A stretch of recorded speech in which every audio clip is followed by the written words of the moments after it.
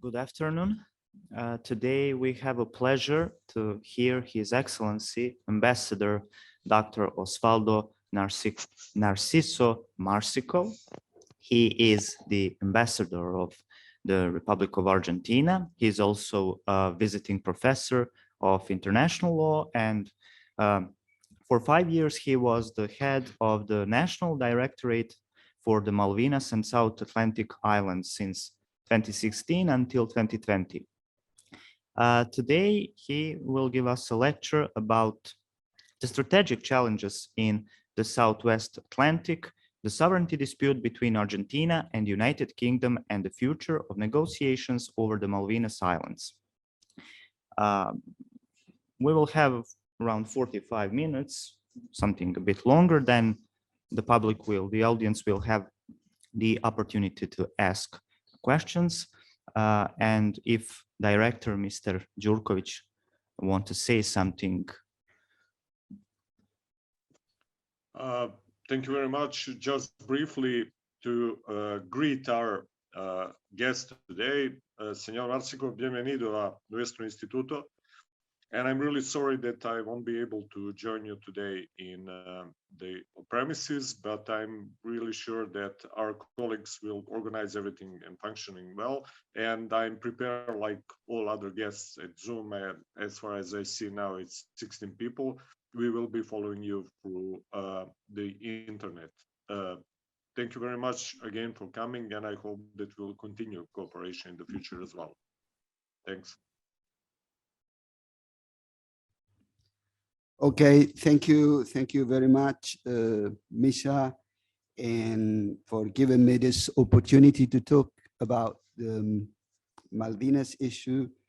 And thank you also to my good friend Raiko for hosting this meeting. Allow me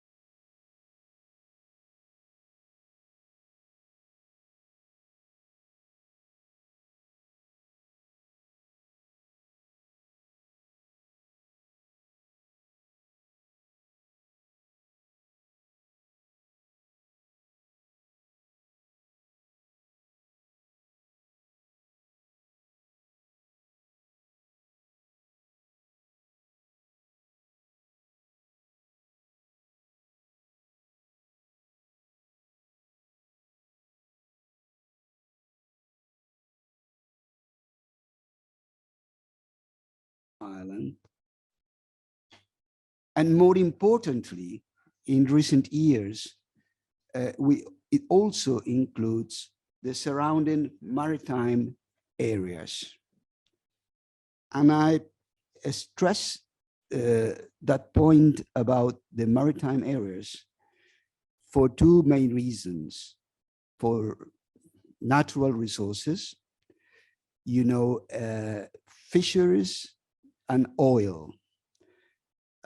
You may not know, but the Southwest Atlantic is the largest reservoir in the world of ilex squid, loligo squids, different, the main species is ilex and loligo. And the granting of licenses by the so-called government of the islands, we don't recognize the authorities, but the granting of licenses after 1985, 86 has completely changed the economy of the islands, which the per capita income before the war was around 1,000, 15,000 dollars, and now it's, depending on the year, it's approximately 70,000 per capita income, which is one of the highest per capita income of the world. And the revenues from licenses amount to about 58% of the gross domestic product of the islands. So that has meant a big change from a gross domestic product of 8 million in the 70s, where they only export sheep wool, to around 30 million gross domestic product roughly today. So that's why I put the accent on the maritime areas, because of the natural resources. So we have there fisheries exploration and exploitation. We'll come to that later. And since I would say the late 90s, we have also oil exploration in the North Basin of the islands. There is no exploitation yet, but there has been 4 rounds of oil explorations around the islands. The second reason, I think, they are strategic, apart from the natural resources, which are significant. Then there are 2 more reasons. They are the gateway to the Atlantic and Pacific Oceans on the one hand, and more importantly, they are the gateway to Antarctica. As you know, the territorial claims over Antarctica, the British and Argentine territorial claims completely overlap. The question of Antarctica is indeed a different question, a separate question, but we cannot talk about the strategic situation in the Southwest Atlantic without making a reference to Antarctica. If you look at the map, you will see that Malvinas is the last inhabited post, let's say, or territory before the Antarctic convergence. So, and I mentioned natural resources, I mentioned Antarctica, and the last point I will mention on the strategic point of view, in my opinion, is the British military presence, and it's the Mount Pleasant military base in the islands. To give you an idea, before the conflict in 1982, the islands were defended by 100 Marines. Now, after 1982, they built, I think it's one of the most important military bases for the South Atlantic.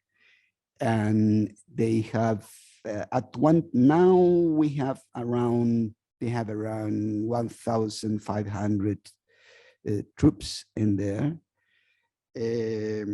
They have military vessels, they have flight vessels, they have ground-to-air missiles.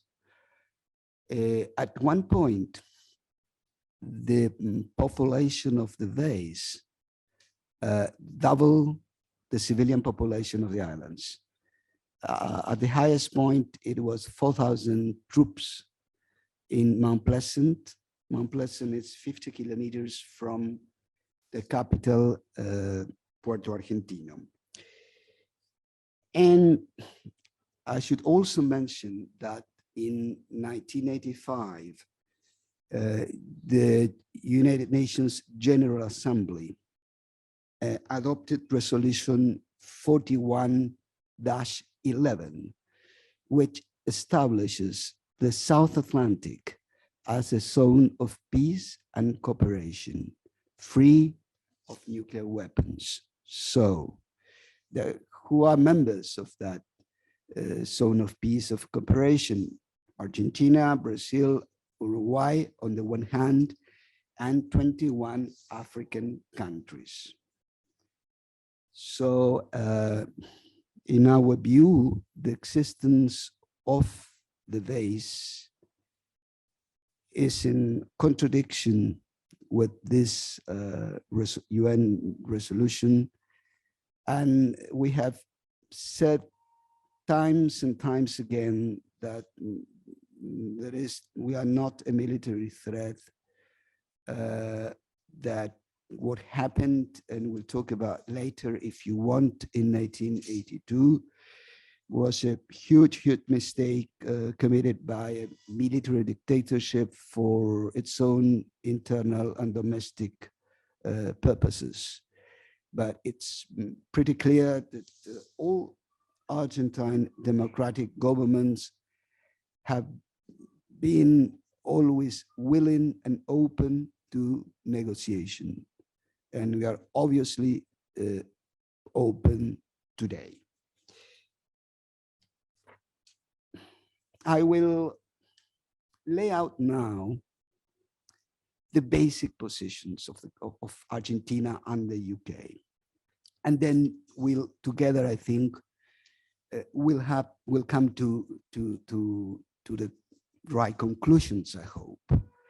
And I think you can view Malvinas from 2 points of views. And I'm open enough to discuss both points. One, Malvinas as a territorial dispute. Malvinas as a sovereignty dispute, which is the position of Argentina. And then Malvinas as a self-determination case, which is basically the position adopted by the UK and mainly after the war. So what I'll do now, if you allow me, is go very briefly through the positions of both sides. First, on the question of sovereignty, and then on the question of the right of self-determination. For Argentina, like I said, it's a territorial dispute. It's a territorial controversy.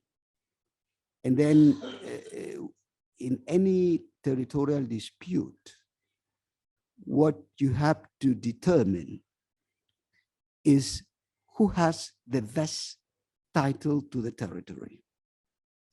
In all these cases, in all these territorial cases, the parties invoke not only one title, various titles, several titles. So the task of the judge is to determine who has the best title. For Argentina, like I said, it's a sovereignty dispute. It's not a self-determination issue. And most importantly, it's not a delimitation issue. We are not discussing the maritime border between the islands and continental Argentina. we are discussing who owns the islands and the surrounding maritime areas, which is a different aspect. We have border disputes with Chile and we have sorted them out peacefully along the years, and it's 5,000 kilometers frontier. But here is different. Who owns the territory? Who has the best title to the territory? In our view, and this is very important, it's a special and particular case of decolonization. And I tell you why. When I was posted to the UN for 7 years, and I was dealing with Malvinas question and all the colonization question, and then like Raiho said, I was director of Malvinas. When we discussed Malvinas annually at the Special Committee on Decolonization, and we get and the committee adopts by consensus a resolution saying mainly that this is a sovereignty dispute that has to be sorted out and settled by Argentina and the UK. But why do we say it's a special case of decolonization? Because you have by now 17 territories in the agenda of the Decolonization Committee. Most of them are solved through the application of the principle of self-determination, except Malvinas and Gibraltar. So it's a huge task for us diplomats to convince the other delegations at the time of voting that this is not the typical case of decolonization in which you simply apply the principle of self-determination. And the UN resolutions specifically on Malvinas, they always talk about a sovereignty dispute. Many times I was asked by other colleagues at the UN, so if it's a sovereignty dispute, why don't you sort it out in a bilateral way? Why don't you? Well, we do it. We do discuss it bilaterally, but we bring it to the UN exactly because it is also a decolonization case. It's both things. If it was merely a territorial dispute, there is no place for Malvinas at the UN. But it's also a colonial case, and in a minute, I'll try to show you why. For the British, Malvinas, well, at the beginning, mid-19th century, the British occupied the islands in January 1833. It was a crown colony. Now, recently they have modernized their language, and it's a British overseas territory. When I spoke about the Malvinas question, and I included South Georgia and South Sandwich, it's not because we like it or we think it. No, it's because at the beginning and almost up to the war, there were a unit. Malvinas, or Falklands, if you want, in the terminology, and the dependencies. And the dependencies are South Georgia and South Sandwich. So that's why we speak about the Malvinas question, and we include the three islands. Of course, South Georgia and South Sandwich are not inhabited but by rats.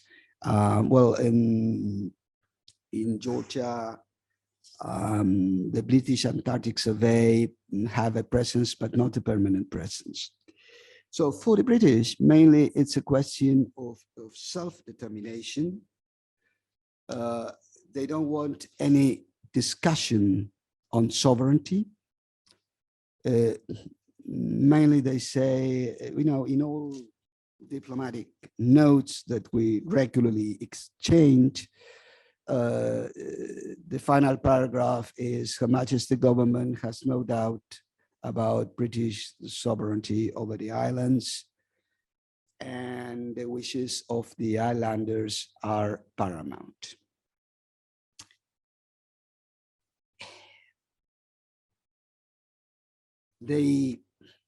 So they don't see it as a sovereignty dispute.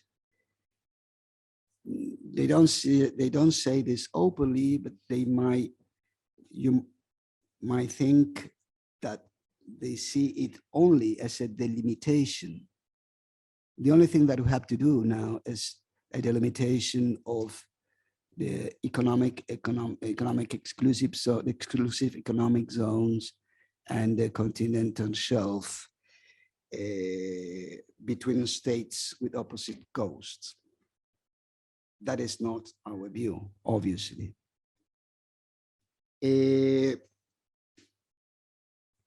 They held a referendum in 2013, which the result was 99.7%. They wanted to remain a British overseas territories. But let me say a word about this referendum. The issue of Malvinas is in the agenda of the General Assembly and in the agenda of the Decolonization Committee. A couple of years ago, there was a very important advisory opinion of the International Court of Justice in relation to another British overseas territories or colony, which is Chagos. And what the court said, that the General Assembly has the main role in matters of decolonization, and that the administering power cannot act unilaterally. In the case of the Chagos Island, they separated it unilaterally from Mauritius. But that's another issue. So, of course, you could have referenda in non-self-governing territories, but they have to organize by the UN, by the UN Decolonization Committee. There has to be observers from the special committee. That is, I've been there for 7 years, and it's the way it is done, because the issue is under the agenda of the special committee. So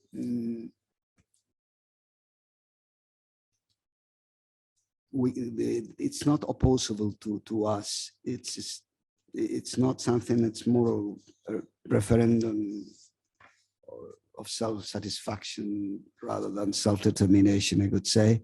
But the important thing also is that when you speak about self-determination, you speak about choice. You speak about the right of the people of a territory to choose between options of independence, option of free association with the administering power, or option of integration. In this case, there were no options, there were no questions. The only question was, would you like to be, would you like the islands to continue to be a British overseas territories? So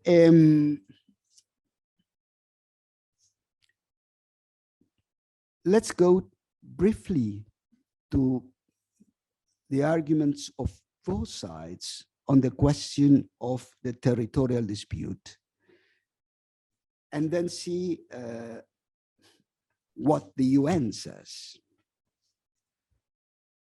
Very briefly, the islands were discovered by the Spanish in 1520.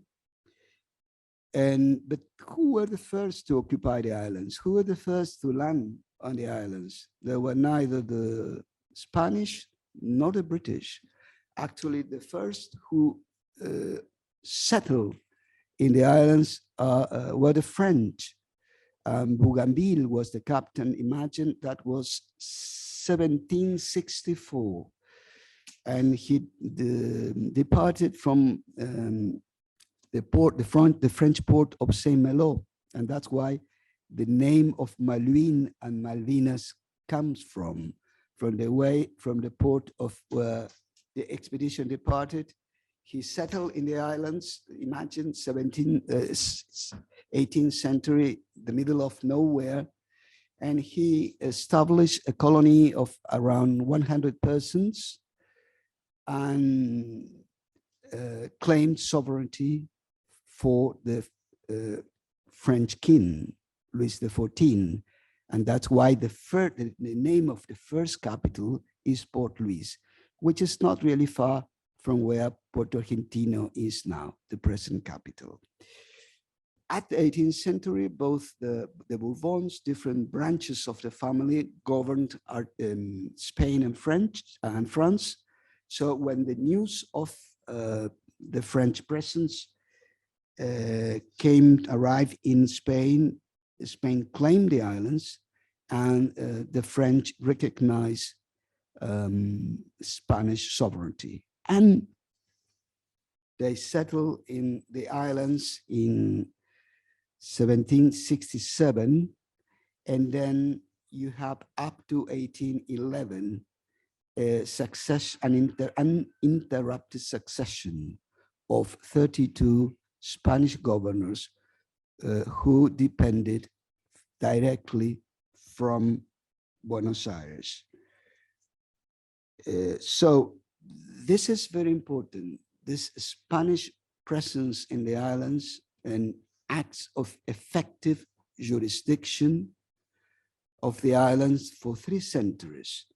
And so I could say one of the main titles invoked for Argentina is the succession of states, based in the principle, in the Roman principle of iutis possederis iuris, which means that the way you possess, you will continue to possess. In modern terms, it means that the administrative borders of the administering power or of the colonial power become the international borders of the new countries. So Spain occupied what they call the Viceroyalty of the River Plate. And included in this Viceroyalty were the islands. Like I said, there was an effective occupation of the island, permanent population, and they were conscious of the importance of the islands. Remember that at that time, the Panama Canal was not constructed. So it was the only passage between the 2 oceans. Then, so succession of states is very important. And this principle, if I can bring you home, this principle of the iutis possederis was also applied in the dissolution of Yugoslavia. So it's not like the British say a Latin American principle. It is not. It was also used by the International Court of Justice in several cases concerning delimitation in post-colonial Africa. Another element are a series of treaties signed during the 17th and 18th century by France and Britain, which distributed spheres of colonization and of influence in the colonies. You have three main treaties in which it's pretty clear that both coasts of North America are an area of colonization and influence of Britain, and both coasts of South America are an area of colonization and influence of Spain. One question is, which is frequently asked, when did the British first arrive? Most people think that they arrived on January the 3rd, 1833. Well, they did, but they were there before. They were there in 1765, and I mentioned this because they consider this date as critical, and this occupation is critical. And I tell you why it is not. I told you that the first to arrive in the islands were the French. They established, they settled in Isla Soledad, which is for East Falkland. And in 1765, 1 year later, without the knowledge of the French, the British settled in a very specific point, which is Port Egmont, which is a little island called Sonder Islands in the West Falklands, or in, I wouldn't say Falklands, Gran Malvina. But their occupation was very specific and reduced to that area. The French recognized Spanish sovereignty and withdrew from the islands. When the Spanish finally settled in 1767, 2 years later, they expelled the British from Port Egmont. At that point, both countries were at the verge of war. Finally, diplomacy prevailed, and they signed an agreement. As part of that agreement, there was a partial restitution of British sovereignty in Port Egmont exclusively, and the King of Spain, it's an exchange of notes, of diplomatic notes, made a reservation about the whole island. And there was a secret promise according to which after a few years, the British would withdraw. And they effectively did in 1774, in 1774. And they never came again up to 1833. And this is very important because during that period, there were, like I told you, concrete and effective acts and display of jurisdiction by Spain, and there was acquiescence by the UK. There was no protest whatsoever.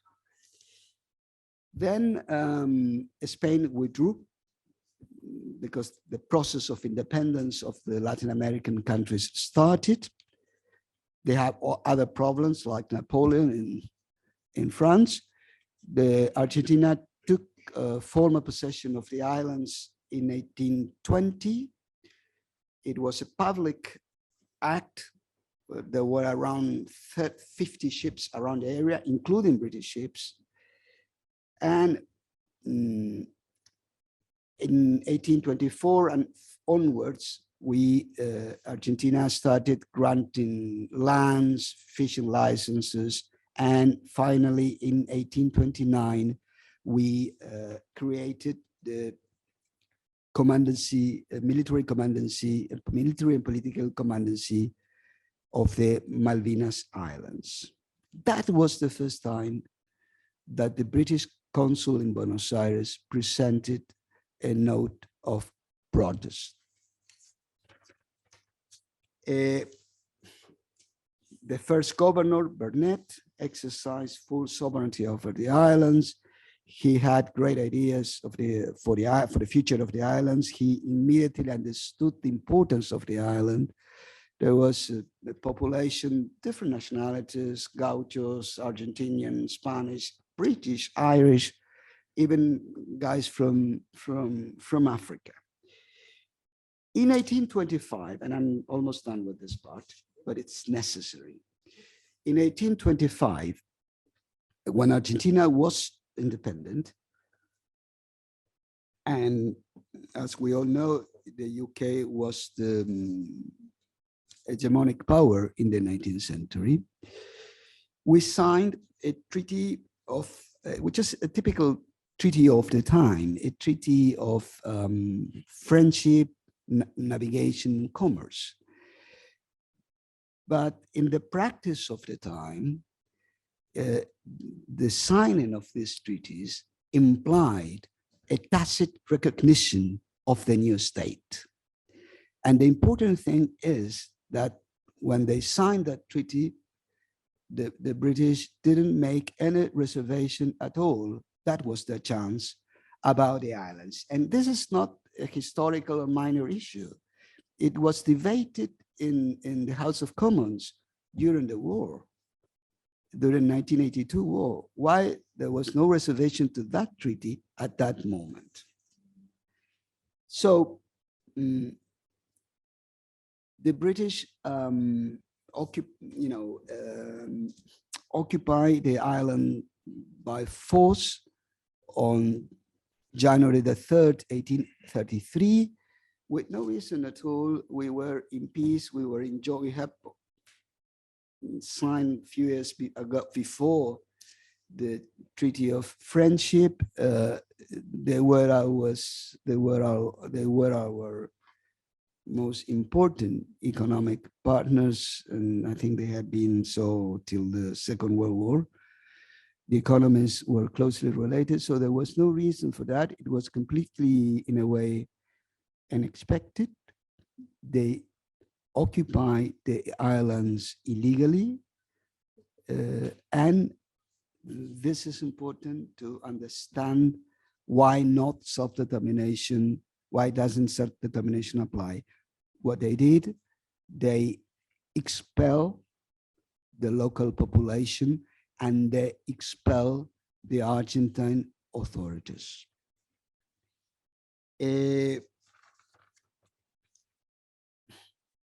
I said at the beginning that when we discuss territorial dispute, what we have to determine who has the best title to the territory. I will go very briefly, what do the British invoke? And it's very simple. They invoke discovery in 1592. We invoke 1520, and subsequent of occupation.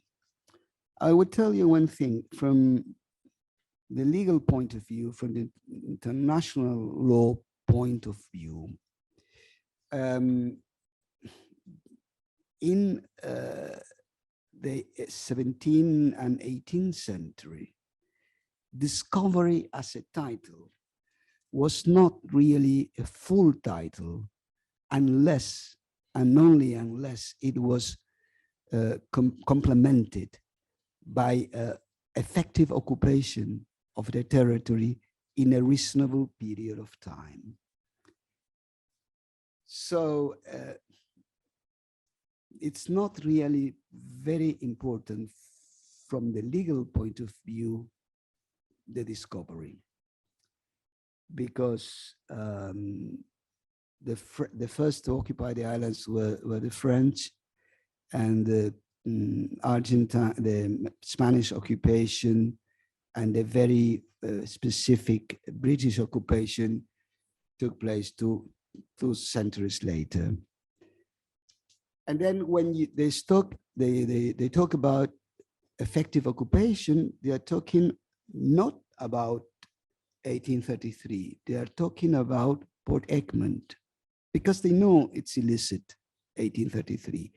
And so who has the best title? Spain, who stated, expelled the British. There was this peace treaty. They withdrew. They didn't make any protest for many years. So there was a specific, public, and continuous occupation by Spain, or the British, who were there briefly in 1765 in a very focalized point of the islands. And they didn't have any, and it's very, there was in Buenos Aires an exhibition of architecture of the islands. And it's very interesting to see the difference between the Spanish colonial architecture and the subsequent British architecture. It was a garrison, but for the Spanish, there was a church, there was an interest in staying there. So I think from then, the British came 1833, which was the reaction of Argentina. Argentina presented a diplomatic note protesting the occupation 2 weeks later, when the news arrived to Buenos Aires.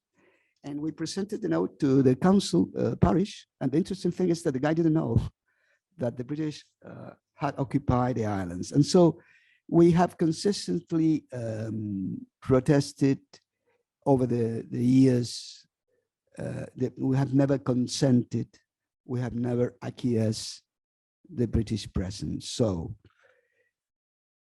in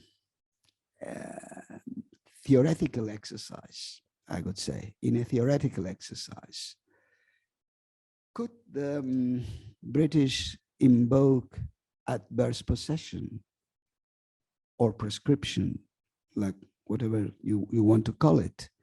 They can't, because it was interrupted by consistent protest, diplomatic protest by Argentina over the years. In theoretical exercise, can they invoke conquest?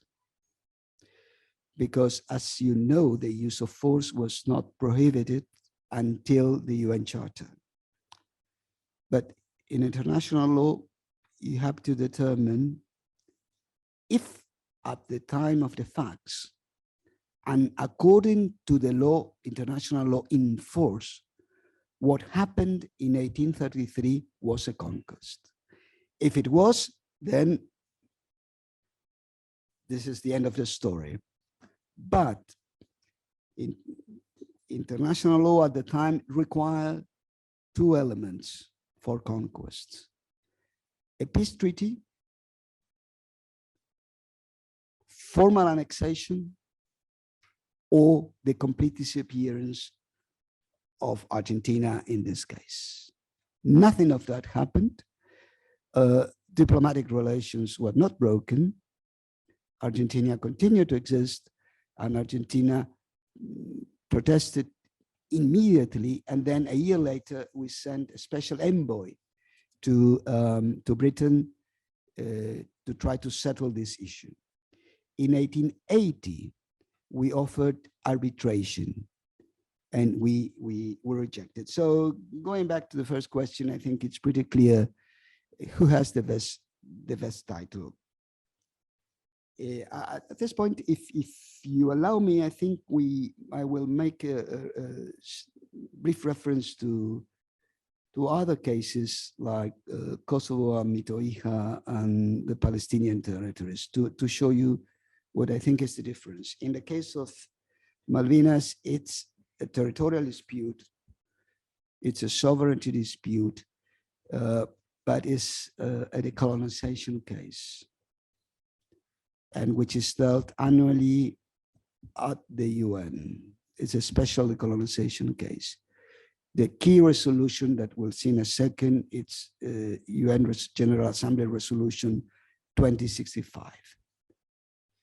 In the case of Kosovo and Metohija, it's a case of secession. And in our opinion, illegal secession and illegal declaration of independence. What we have in common is very important. It's the principle of territorial integrity in both cases. And that is why when the case, so there was a request by the General Assembly to the International Court of Justice for an advisory opinion on the legality of the independence of Kosovo. Argentina actively participated in both stages of the process, the written one and the oral one. In the case of the Palestinian territories, for the UN, they are occupied territories. And what Israel has to do is to withdraw. And there the key resolution is Security Council Resolution 242, which establishes the formula Land for Peace. Israel has to withdraw from the territories occupied in 1967, and the Palestinians and the Arabs have to recognize the state of Israel within secure borders and renounce to terrorism. So there are differences. In the case of Gibraltar, there is also a question of territorial integrity. Again, the origins of the conflict are different. Gibraltar was ceded to Britain by the Treaty of Utrecht in the 18th century. So, one of the clauses of the treaty says that in case the British want to dispose of the territory, Spain has the priority. The difficult thing there is how you reinterpret self-determination, this clause, in light of self-determination. That's another issue for another talk. So let's go.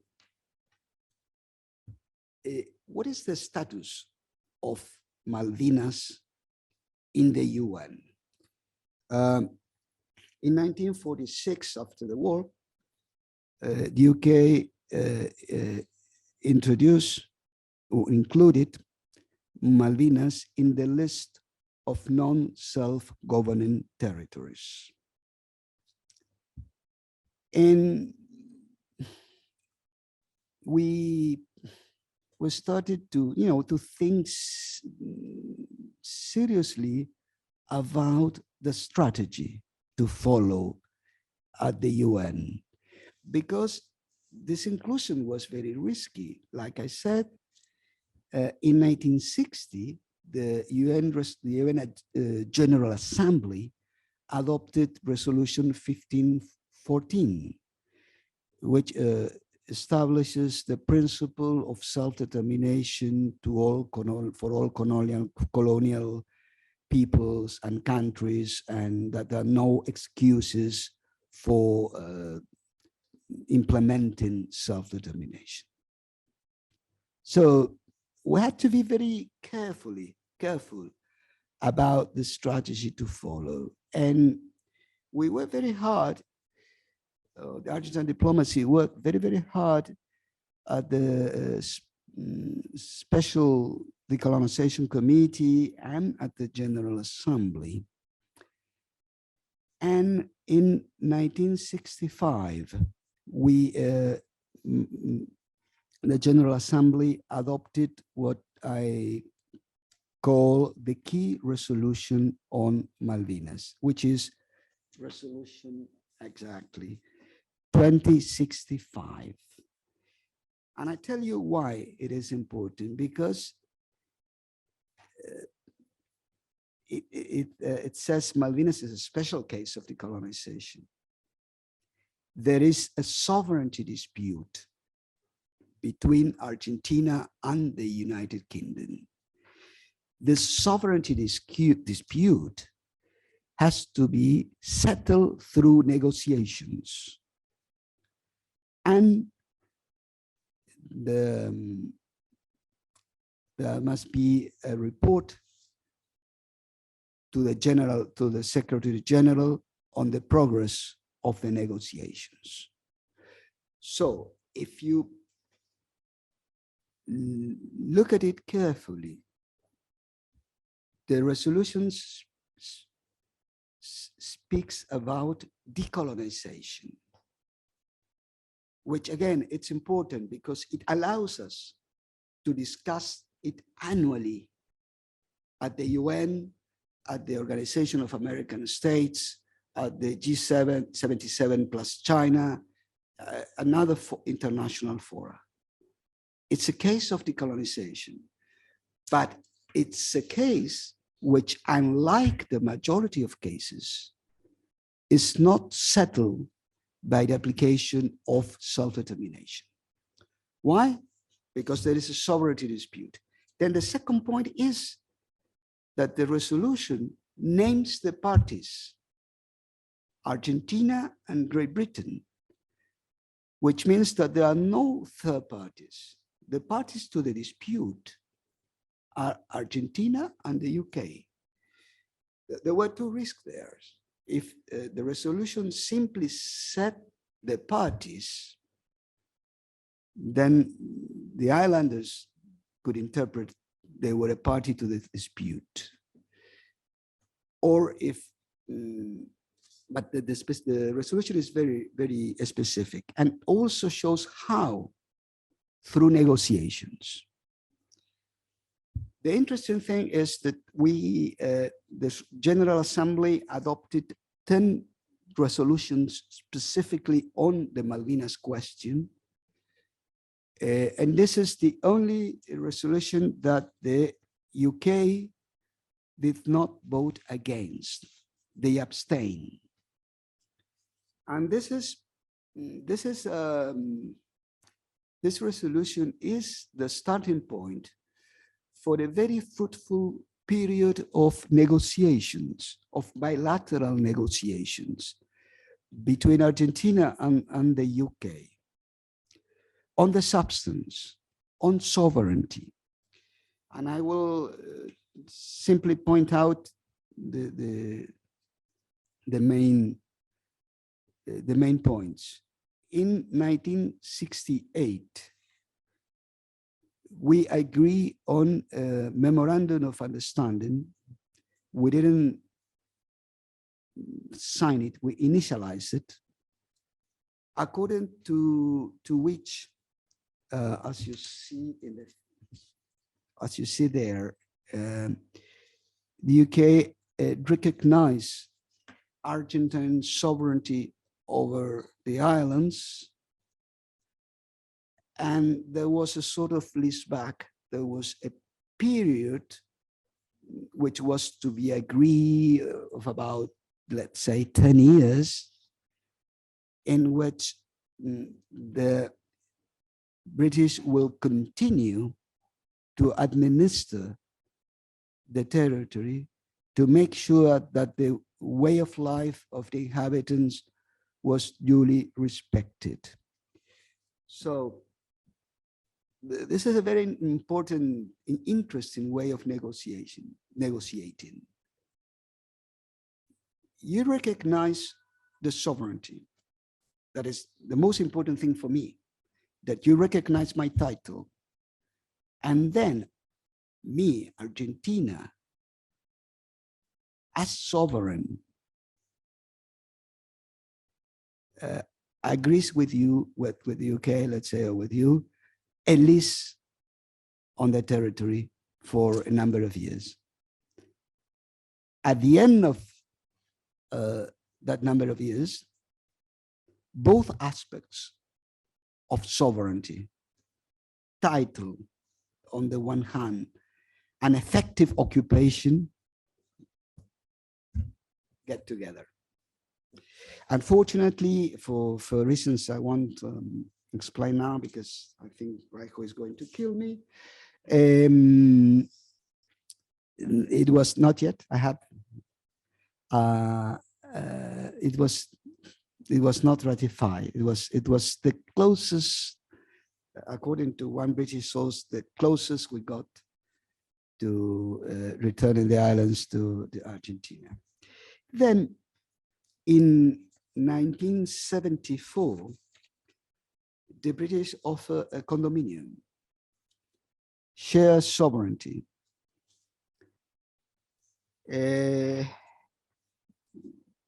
And two flags, the executive power was going to be exercised 1 year by the Queen, the following year by the President of the Argentine Republic. There was Argentine presence in the council, the legislative council of the islands and so on. But also, unfortunately, in the end, it didn't prosper. Then during the Thatcher years, in 1980, there were talks on a long-term leaseback. But again, well, the islanders opposed and it didn't work. Then just before the war in December 1981, the British made a proposal which was not acceptable to us to freeze the issue of sovereignty. During that period, which goes from 68 to 82, what was the attitude of Argentina? Argentina really thought about it. We have to persuade the islanders that their destiny is with us. We are 400 kilometers away. It is with continental Argentina and not with a colonial power, which is 14,000 kilometers away. They were mostly isolated from the outside world. At one time, there was a monthly ship from Montevideo, but then for economic reasons, it was interrupted. And then there were 1 or 2 ships a year coming from Britain. There was no airfield. So in 1971, we signed a communications agreement, which is very important for the development of the islands, in which we agree a weekly flight from continental Argentina, and with fresh food, meat, whatever you want. They lack completely. And there was, that made the islanders came closer to Argentina because the flights were very, very cheap. They were subsidized. So they started to know the continent. So weekly flights was very, very important for many reasons. Then we constructed the first airfield in the islands. Then we sent Argentine teachers for a year to teach Spanish to the kids, and so on and so forth. So there was a deliberate policy of trying to show that their destiny was with us.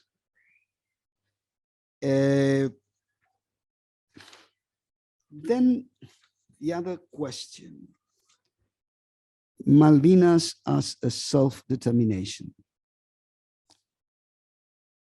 Resolution 1514, adopted by the General Assembly and voted in favor by Argentina. I think the UK abstained, but it doesn't matter. Establishes 2 principles. One, the principle of self-determination. And there are no excuses for implementing self-determination. So you think, well, the Argentinians became mad, how they can vote in favor of this? Well, because we are not against self-determination, and we support self-determination when it applies, like in Africa or in the Caribbean. But that same resolution has another operative paragraph which explicitly says that the application of the principle of self-determination cannot disrupt the territorial integrity of existing states. So that was our safeguard. So self-determination, like all rights, is not an absolute right. The limit of self-determination is the principle of territorial integrity. Then the other question, final question we have on self-determination. Who is the subject of self-determination? Not every population is a people in the sense of international law. There are certain requirements to have the right to self-determination, because otherwise you will be encouraging secession and instability in international affairs. So it's not an illimited right. Resolution 1541, which was also adopted in 1960, right after Resolution 1514. These, I would say, are key resolutions in the general issues of decolonization. Give us some indications. So there must be a distinction between the colonizer and the colonized. There must be ethnic and religious differences. These are hints. They are not absolutely determinative, but they are serious hints. And if you see the population of Malvinas, I forgot to talk about the population, but it's better to talk about it now. The population is, according to the latest census, which is from 2021, it's 3,203. But listen to this, only 35%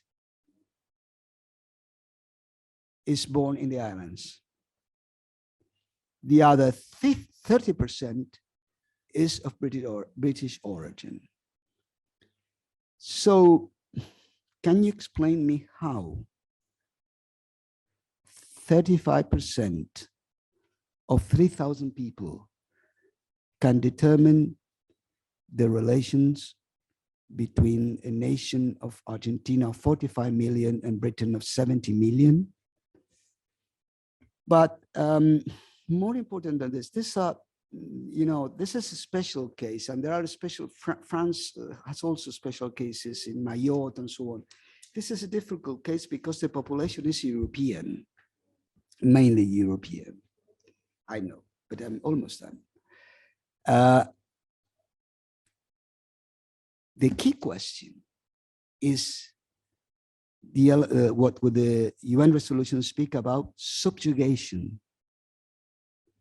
exploitation. Can you say that the population of Malvinas is under subjugation or exploitation? So that is the distinctive trait for self-determination. So, and now I'm almost done. The key question is the population. I said at the beginning that the original population, the Argentine population, was expelled. And during the 19th century, there was a gradual process of transfer of population from the UK to the Malvinas. So it's an imposed population, and you cannot distinguish settlers from coloners. You cannot. And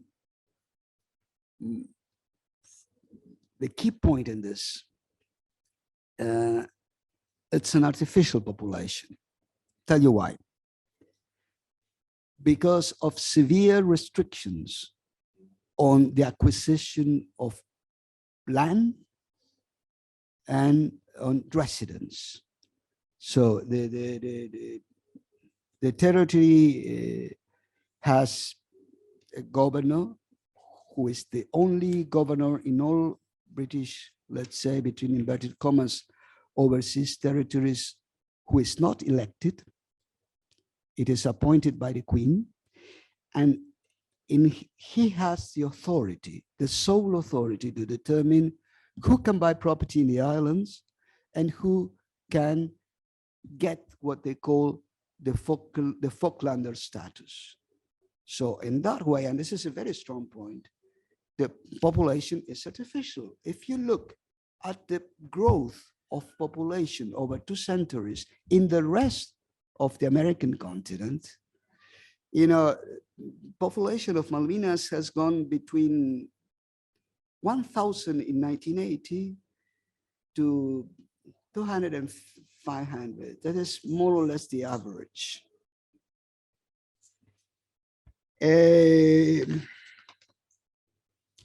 Well, I'll stop here, and then I'll be more than willing to answer your questions.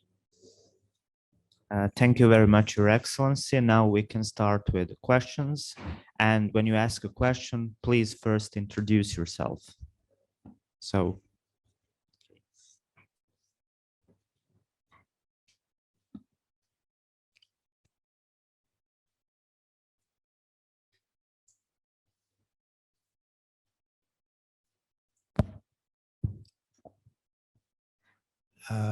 Hello, my name is Alexander Vukalovic. I deal with cybersecurity, but interested in geopolitics too much. I have 4 questions. 4, okay. 4, because I think we all have an extremely small knowledge about everything in South America. It's Yes. my opinion. I talking about myself. Okay. The first question is maybe strange a little. Is only British ships, military ships and airplane come to Malvinas?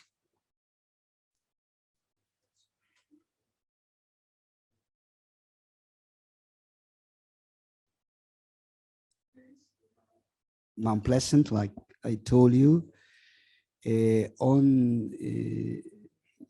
Concerning our ships and our military planes, well, there is a coordinated system of previous warning, but we can get up to a certain distance. So I didn't now it's the opportunity to tell you after in 1985, they declared a fisheries protection zone, which is 200 miles around the islands. So for Argentina, we cannot get into that area unless we want to provoke a conflict which we want. Okay, Just one thing. Maybe it's the best way to answer later when he asks all whatever the, you yeah, want. Well, okay. Thank you. The second question is any military treaty in South America countries? It's a second. What is opinion and support from South American countries to this case? And the last one, what is your opinion or Argentinian opinion? What is most important for British? Economy exploitation, military connection between 2 oceans, or South Pole? Thank you. No, thank you. Thank you. Concerning the first question, there is the Treaty of Tlatelolco, which establishes South America as a free nuclear zone. The second question was support. Now, we have full support from our Latin American friends. You have to, there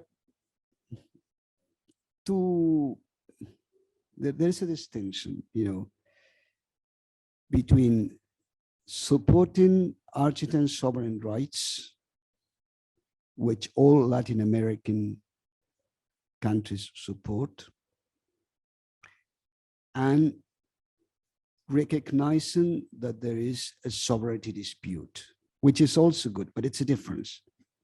So Latin Americans are fully behind us, and it's not only rhetorical. But I won't go into details, but for instance, ships coming from Malvinas with the Malvinas flag, they are not allowed to stop in any Latin American port.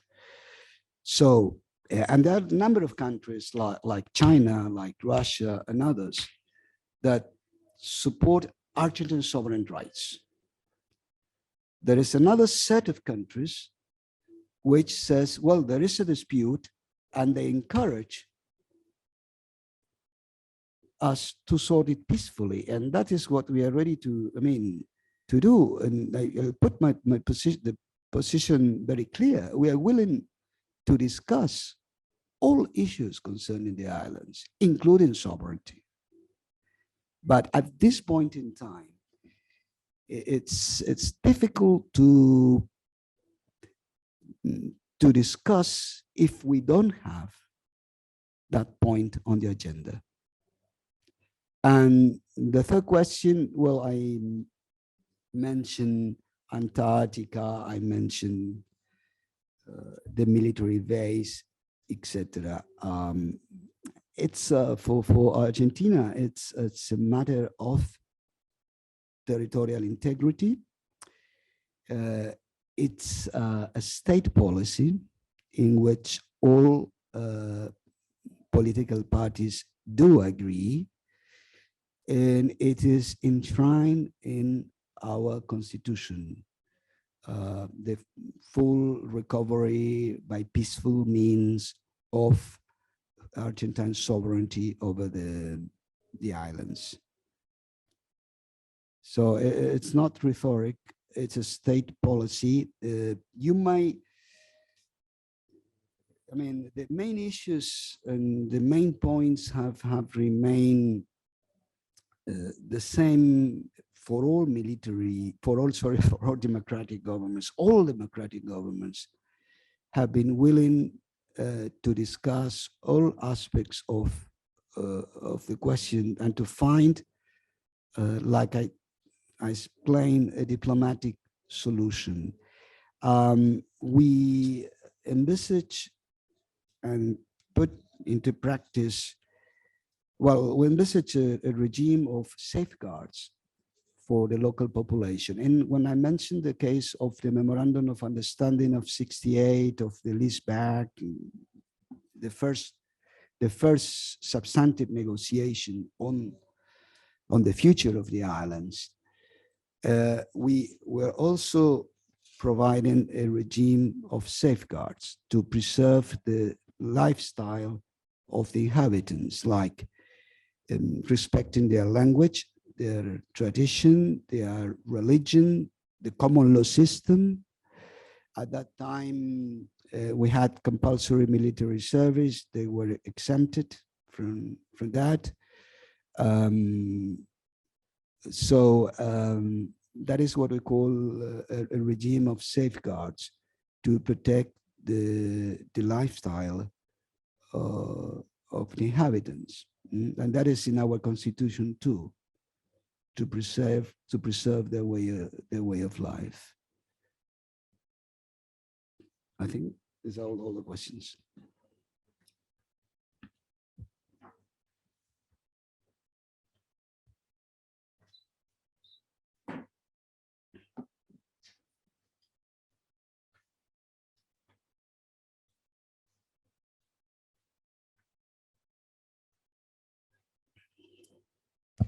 Thank you for the interesting talk about Malvins. I was wondering, my name is Stevan Gajic, I come from the Institute of European Studies. And my question is concerned with the status of the sole question of the Malvina Islands in the Argentinian society. How would you assess the importance of it when it comes to everyday politics, the party dynamics? Is it high on the agenda, or it exists somewhere, but it is not really an immediate, let's say, political question when the elections come? Because, for instance, Kosovo issue in Serbia is always very high on the political agenda. So would you compare the two, and what are the similarities or differences? And I would also like to tell you, I don't know if you probably are not aware of that, and Argentinians in general, in the late 80s in Yugoslavia, there was a punk rock new wave movement in Sarajevo called the New Primitives. And they were very popular, and Argentinian question was part of their symbolism. So, for instance, the main singer Nela Karajlic was wearing the jersey of Argentinian football team, and this was in a way the solidarity with Argentine in the Malvin or Falkland War, because the whole point was to be with the underdog, with somebody who is seen as a smaller power in the conflict, which says a lot, I would say, about the similarities in the mentality. This is actually how Maradona became friends with Emir Kusturica. Because he was also part of this movement. I just wanted to tell you, if you were not aware of that this is that this exists in our mindset. And later, of course, when the Kosovo issue came, I think that the psychology was very similar. But anyway, that was my question. How high it is in everyday politics? Thank you very much. Thank you. Thank you for your question. It's high on the agenda, and it's a state policy. It's enshrined in our constitution. And it's an issue on which all political parties do agree. And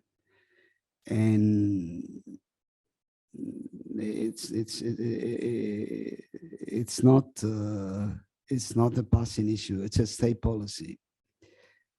The second question was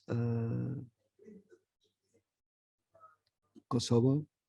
Yes, I was asking when parties, let's say, I was asking if it is an issue on the elections in parliament. No. When it comes to different approaches, policies, or there's a complete consensus among all the political actors about this. There is a state policy on Malvinas on which all political parties agree. Like I told you, it's enshrined in the constitution. I think the strategies may change depending on who is in power, but the outcome is pretty clear. If you see, all democratic governments have tried to negotiate in good faith. And I have shown you some examples in the 70s on condominium, on leaseback, and so on. And at the same time, safeguarding the rights of the islanders. This is part of our policy to take, and this is an important, from the legal point of view, it's an important thing, the taking into account the interest of the islanders, not the wishes of the islanders, which is different. If you, in international law, if you speak about wishes, you speak about self-determination.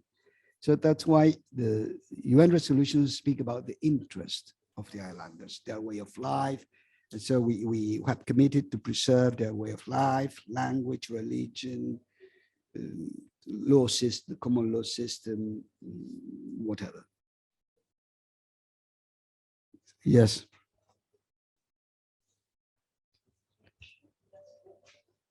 Okay, but just to tell you, because we are limited with the time, only one question, if it is possible, okay, per person.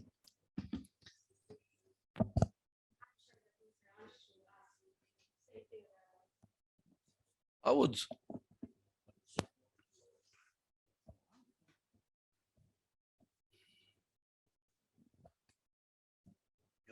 Hola. Okay. I'm Branko Andžić. I'm a journalist and political analyst.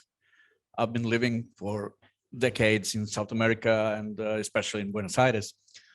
So basically, first I want to thank you for your very thorough explication and analysis of Malvinas issue, because I would agree with my colleague here who said that in general, public knowledge about Latin American issues are not sufficient. Let's say it's not as accurate as it should be. So this is one really good example and a good opportunity to improve that. My question is the following, going back to self-determination. I remember some 30 years ago, then Foreign Minister Guido Di Tella and President Menem's government has a very pragmatic and let's say a sort of tricky strategy. He said, and it was known publicly as a seduction strategy. Yes. He said, okay, let's on another rail, let's keep on negotiating, but on the other hand, let's give the kelpers, the people who live on the islands, let's give them opportunity to come to the mainland, to Argentina. Let's not keep on isolating them, as you pointed out that they are really as isolated.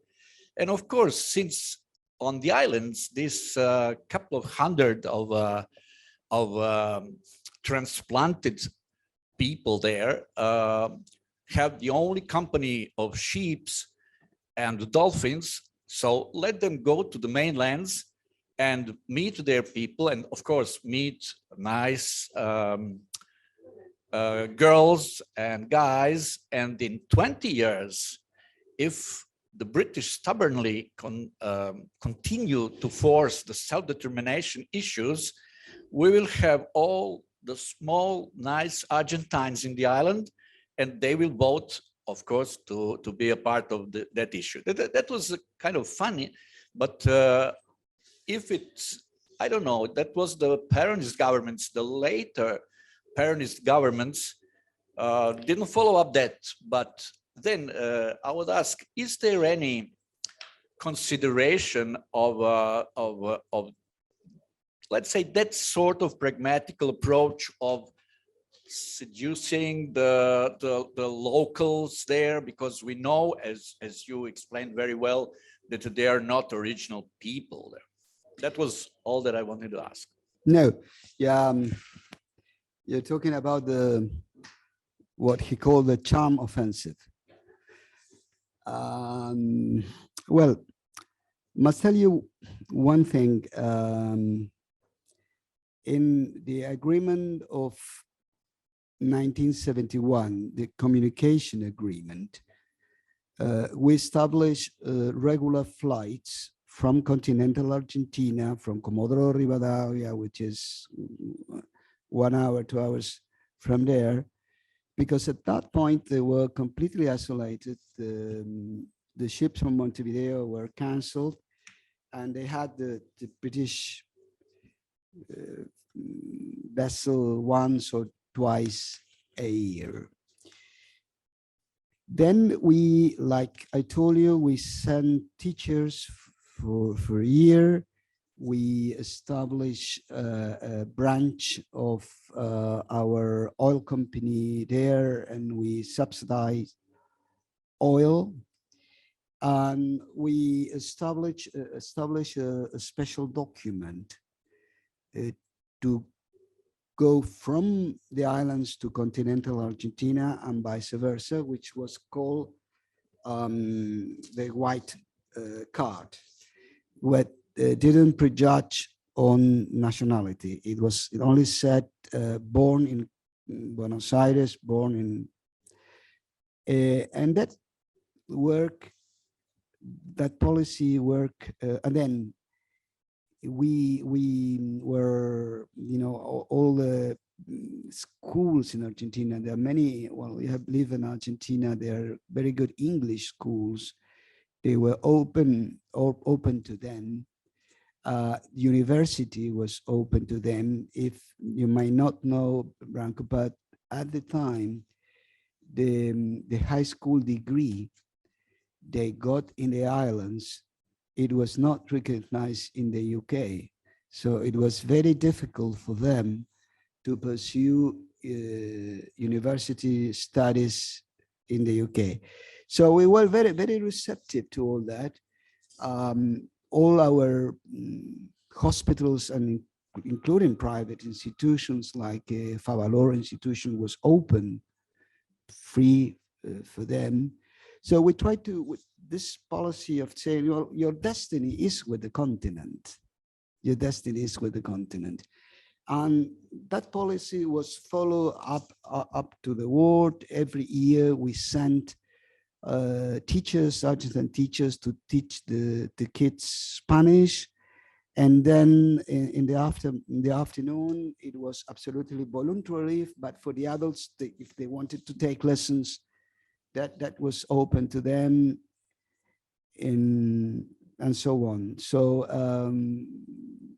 if you look at the documents and interchange of letters prior to even days prior to the conflict, it's incredible. So the policy was trying to show the islanders that their destiny was with the continent.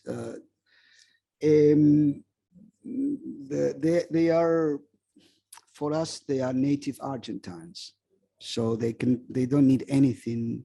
And some of them, especially before the war, they have settled in continental Argentina. And then there was a very very interesting case of one islander who came to Argentina after the war. He died now. He died a few years ago. Well, I was a very good friend of him, because, as you know, the question is discussed every year at the UN. And he pleaded always for the Argentine cause. And he said, well, we live in a little place where we didn't know about the rest of the world. Nobody explained to us the real history of this. And we saw, Argentinians as enemies or whatever. So he came to Argentina, he settled with his family in Argentina, and every year he attended until his death, he attended the UN sessions and spoke in favor of Argentina, which, at the C24 session, which is annually, where we annually discuss the question of Malvinas, and where we annually obtain a resolution saying this is a sovereignty dispute, please negotiate.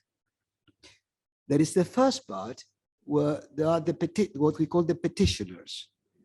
They are not representative of governments. They are just two guys who speak in favor of the Argentine position, and two guys coming from the so-called legislative council of the islands, which is, there are 8 guys. There are no political parties in the islands, so they are all on an individual basis. So they plead in favor of Great Britain, and this guy played, in fact, it was the first time, it was right after the war. I was there. It was an incredible session charged with emotion because he was considered a traitor by the others. Some years later, I will never forget that session. On the one hand, like Raiko is,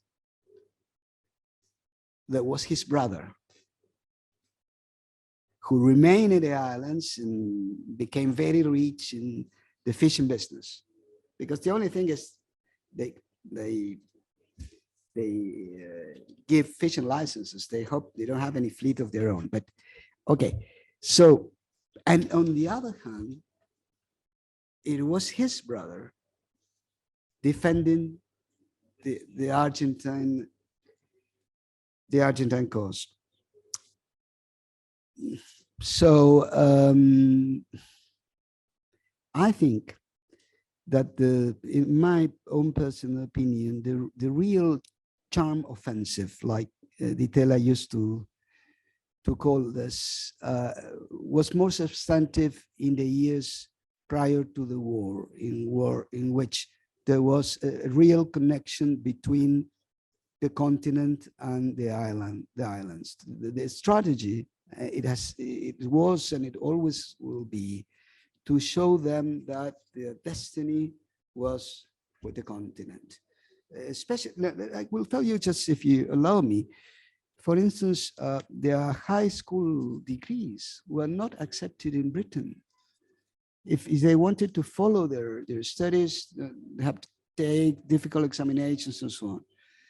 There were at one point before we established the regular flight, which were once a week and absolutely subsidized, there was one ship a year connecting the islands to the outside world. So I think in that sense, it's very important, to show the islanders that their destiny is not with the power 14,000 miles away, but with the rest of the continent. And in that sense, after the war, we spent from 1982 up to 1990, a period we didn't have any diplomatic relations at all. Then under the sovereignty formula, the sovereignty umbrella, we started engaging on practical issues without prejudging on sovereignty. That's what called sovereignty umbrella. And so we started cooperating, and we reestablished in 1999 flights from the regular flights from the continent to the islands.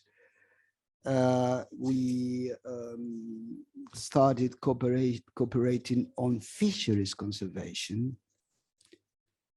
And we, at one point, we signed a memo on a declaration on offshore oil exploration and exploitation. That didn't work, but the other agreements are still standing. There was only one flight a week leaving from Chile with a stopover in continental Argentina. Then in 2018, we agree on a second flight, and they are coming from Brazil with always a stopover in Argentina. So that is, if you allow me, the policy to show the islanders that their destiny is with us, with the rest of the continent. I'm sorry. I'm almost done. And not with power, which is 14 miles away. And so that's you're working. We are working very hard on that confidence building measures and so on. We have a few more questions and around 20 minutes more. So if you can give us brief answers as it is possible. We have two questions on chat. First, I will read those questions. First, Goran Nikolic from the Institute of European Studies. Has the option of division ever been risen internationally? And the second one, Ivan Duic, our colleague from the other institute, will the Malvinas be the part of Argentina in the post-Brexit era? What was the first question, Martin? The opinion about division of the Malvinas, probably. Condominium. Yeah. Condominium, you think, yeah. you mean that? Share sovereignty. Division, yeah. Entre Argentina y... How that would be? No. What? He actually asked, did it ever was option? No. No, well, many years ago, there was, I think, an informal British proposal on, let's say, it never materialized, like you keep the Georgeson sandwich, we keep the, no. That's not an option. I must tell you one thing, from the British administrative point of view, originally up to the war, I think, the Georges and Sandwich were the dependencies of Malvinas. And the big difference is that you cannot apply the principle of self-determination to Georges and Sandwich, because as far as I know, they are only inhabited by rats. They don't have a permanent population, seriously speaking, but we see that as a unit. I tell you one thing, in 1955, there was a claim before the International Court of Justice filed by the UK concerning Antarctica. Our sectors completely overlap, and Georges and Sandwich. And the jurisdiction of the International Court of Justice is not compulsory. You have to agree on that. We said no, because the main point was excluded, which was Malvinas. So we think that the strategy at the time was to get a favorable judgment on Georges and Sandwich, which is a different issue because they are not inhabited. And on the basis of that favorable judgment, improve their position on Malvinas. So that's why we didn't go to accept the jurisdiction of the court, because it also shows the weakness of the British argument on Malvinas, because they exclude that from, and particularly in a time when they were the dependencies. Now, after in 1990, there are three separate British overseas territories: Malvinas, Georges, and Sandwich. And the other one about, sorry, the other question about the future of Malvinas in post-Brexit era. That's a very good question. You know that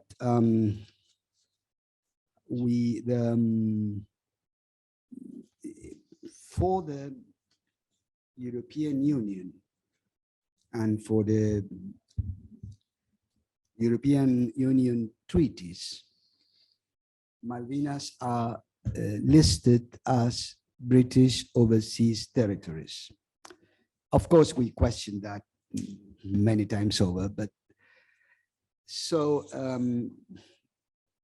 there was an informal consultation in the islands if they wanted Brexit or not, and obviously the overwhelming majority said no, we don't want Brexit. We don't want Brexit, and I'll tell you why.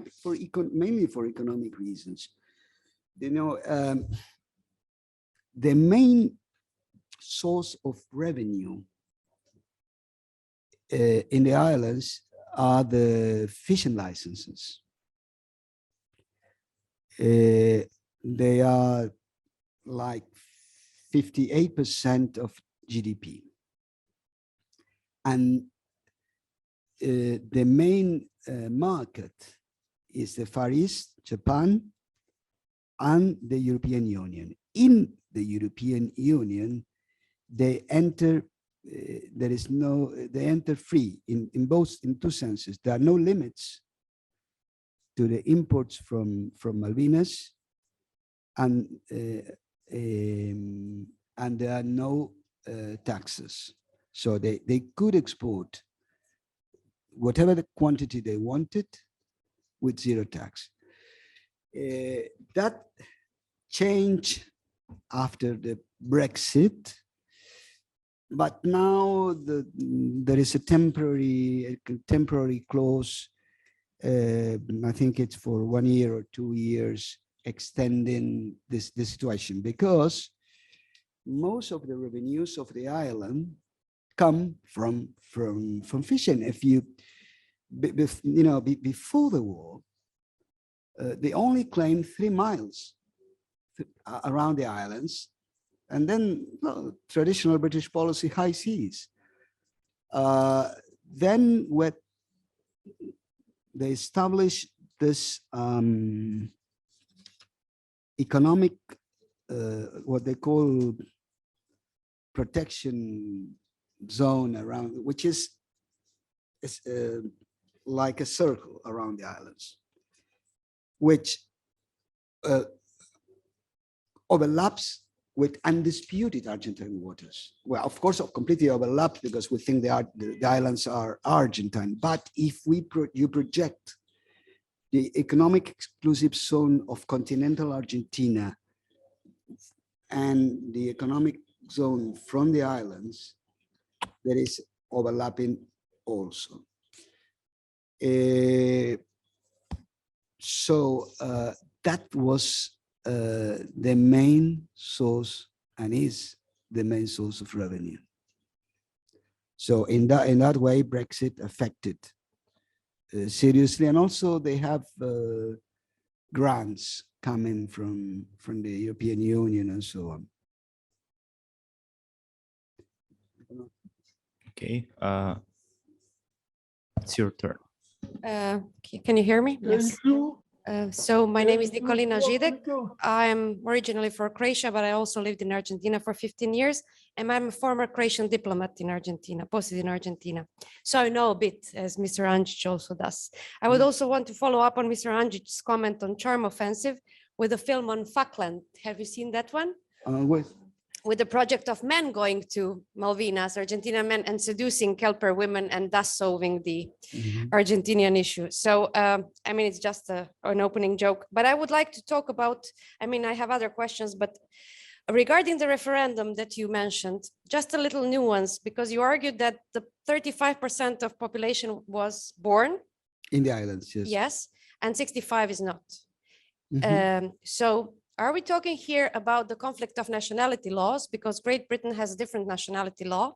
It means that you get the citizenship by blood, not by soil, but by where you were born. So are we talking about conflict of Argentina not recognizing the referendum because of the conflict of nationality laws? Because for Argentina, you are Argentinian if you are born in Argentina. not if your mother or father are from Argentina. Yes. So, or are we talking about Putin-style ethnic engineering by Great Britain in the form of passportization of Falkland Islands? And we can also draw a parallel with Putin regarding the interest of economic exclusive zone, not only the fish, but also oil and gas, which is under the sea, which is the main interest of Great Britain into the Falklands or Malvinas, as I would also say. Thank you very much. No, thank you for the questions. Well, there are different issues. The referendum, the referendum. The Malvinas question is in the agenda of the United Nations and in the agenda of the Decolonization Committee. So it is the task of the Decolonization Committee and not the unilateral task of the administering power to organize a referendum. First point. The second point is when you speak about self-determination, you speak about options. And so if you go to UN General Assembly 1514, which is the mother of decolonization, and 1541, there are two main resolutions, you'll see that there are options like independence, free association, or integration to the administering power. If you have a look at the question in the referendum was, would you like to continue to be a British overseas territory? So it's a contradiction with the principle of self-determination, which is basically the right to choose. Then the other question was? No.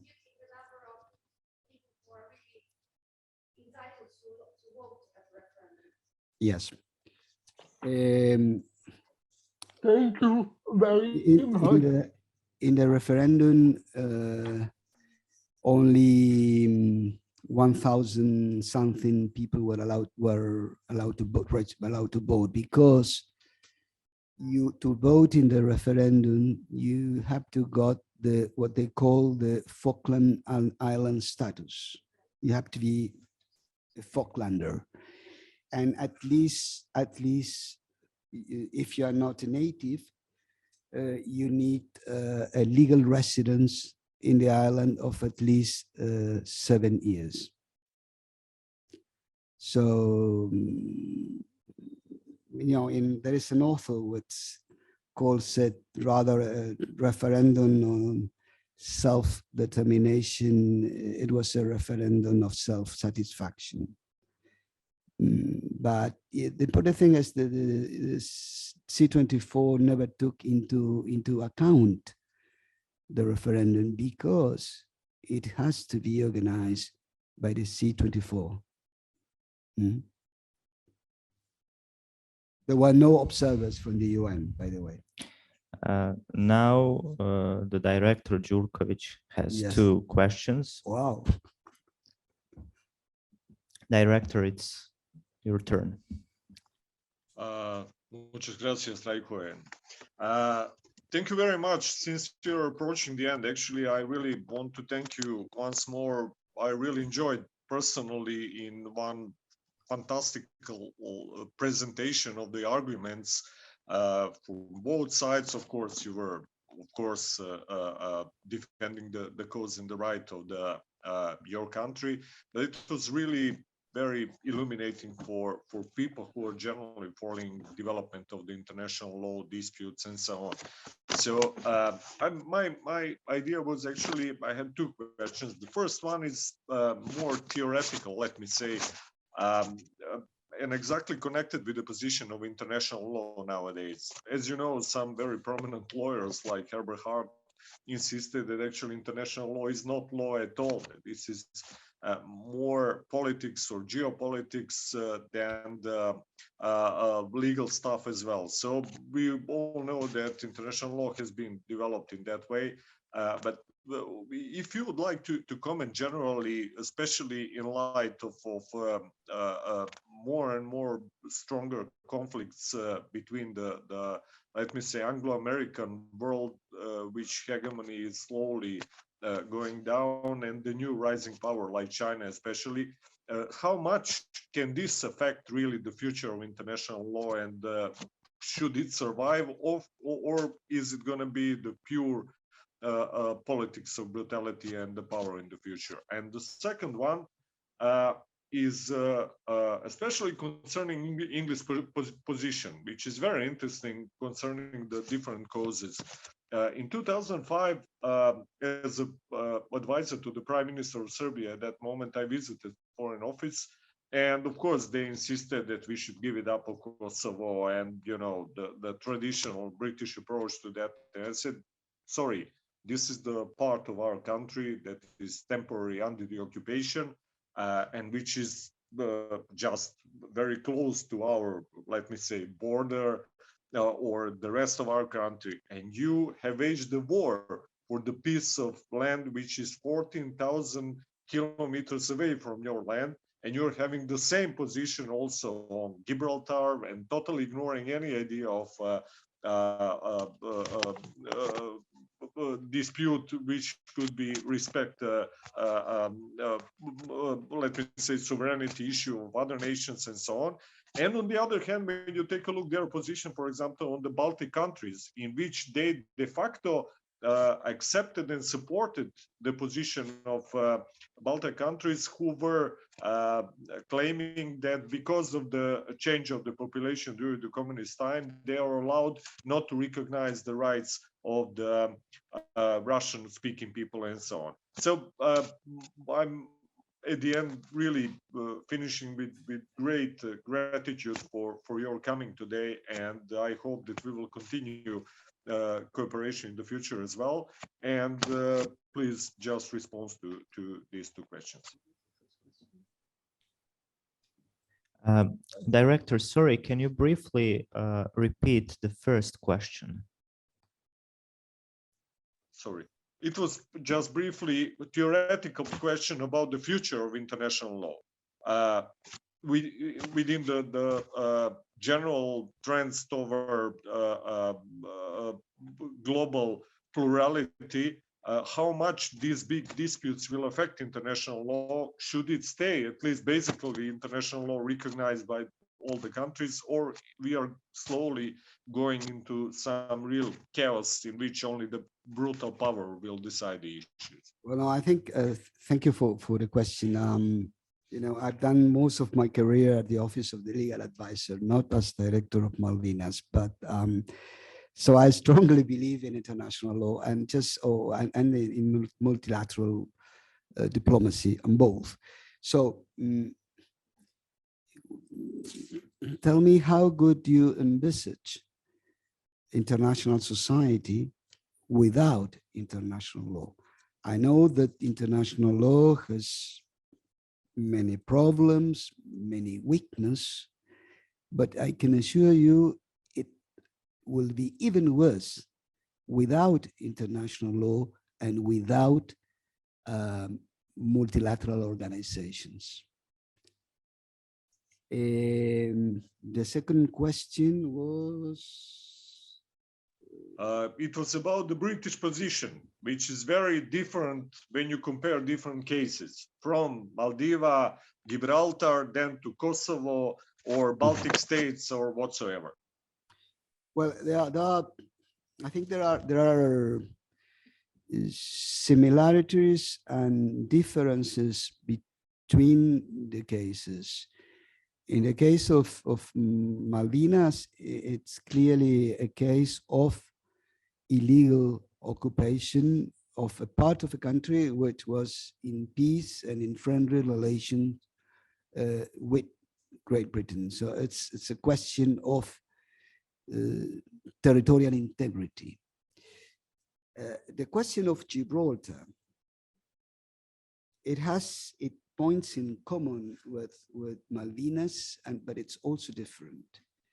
In this sense, after the Spanish War of Succession, the British occupy the Strait of Gibraltar for strategic reasons. Then the Treaty of Utrecht establishes, and I think it's clause number 10, that in case the Great Britain wants to dispose of the territory, they have to give the first option to Spain. So they have similarities with Malvinas, but they also have differences with Malvinas. The similarities are obvious, which is the principle of territorial integrity. But on the other hand, and I wouldn't like to speak for the Spanish ambassador, but there is a Treaty of Utrecht, which has this clause, this option. The problem is, how do you reinterpret this option in light of the principle of self-determination? Because in this case, it will not be Great Britain who would like to dispose of the territory of Gibraltar, but the question is, do the inhabitants of Gibraltar have the right of self-determination, which is a different question. So Gibraltar, I mean, Malvinas was illegally occupied by Great Britain, and it was never consented by Argentina. We have always protested through the years. So there is no acquiescence on our part. On Gibraltar, it's a slightly different case because there is this Treaty of Utrecht, which is in force. What is the Kosovo? Well, you know pretty well that we do support strongly your position on Kosovo in all international fora. We do support Resolution 1244, and it's pretty clear about the principle of territorial integrity. So there is no doubt for us in that sense. Okay, thank you very much. So, dear colleagues,